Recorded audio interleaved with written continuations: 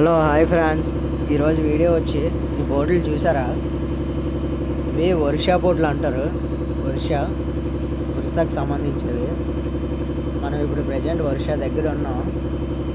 అదే ఒరిస్సా దగ్గర పూరి అంటారు కదా, పూరికి 2 మైళ్ళు సౌత్లో ఉన్నాం మేము.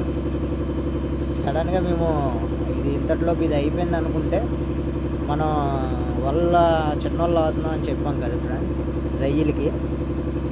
ఆ రొయ్యల బాడి ఎక్కిపోయిందని అనేసి, బాడి ఎక్కువగా అయిపోయిందని చెప్పేసి సముద్రంలో వేసాం, బాడి పోతుందని చెప్పేసి వాటర్లో కడితే ఈలోపు మరి ఎంత జరిగింది ఫ్రెండ్. ఇది మొన్న రీసెంట్గా బంగ్లాదేశ్కి సంబంధించి మా మధ్యకారులు దొక్కుతారు కదా ఫ్రెండ్స్, అలాంటిదే అనుకొని మేము కూడా దొక్కిపోతామని చెప్పేసి కంగారు పడ్డాం.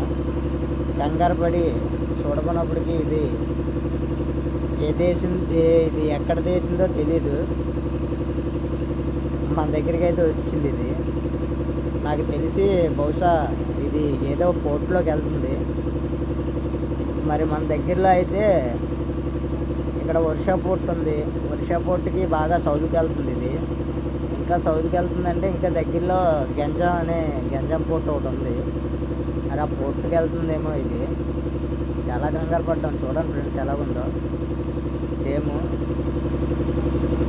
పెద్ద వెసల్లాగా ఉంది కదా ఫ్రెండ్స్, చాలా పెద్దది. ఇది ఫోన్లో అలా కనిపిస్తుంది. చాలా భయపడ్డాం.